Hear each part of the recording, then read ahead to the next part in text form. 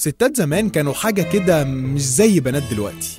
يا سلام بقى لو متجوز جديد ونفسك هفتك على أكلة من أكلات الحاجة، يعني مثلا طبق محشي، طبق ملوخية معتبرة، فرخة متحمرة، ما علينا. المهم لما تفكر تطلب أكلة من زوجتك المصون قدامك خيارين بعد المحايلة والمدادية وغسيل الأطباق ومسح البيت، وفوق ده كله هتنزل تشتري طلبات الأكل. حلو. أمال ليه؟ ما أنت لازم تضحي بفلوسك ومجهودك. وفي الآخر يا هتاكل أكلة محترمة وطعم معتبر، يا هتكره اليوم اللي طلبت فيه الأكل أصلا، وبرضه في الآخر ما بتظبطش.